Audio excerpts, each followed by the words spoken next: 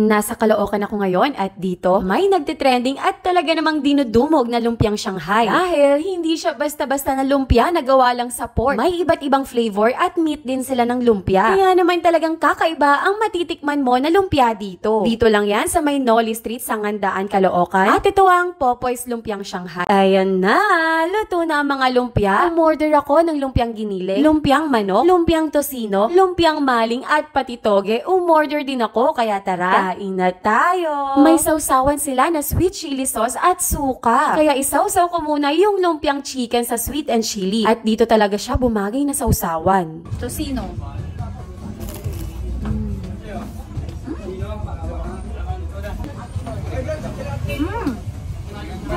Favorite ko kasi tosino, kaya sarap na sarap na ako dito sa tosinong lumpia. Syempre, pag tosino, perfect talaga yan sa suka. Lumpiang isda.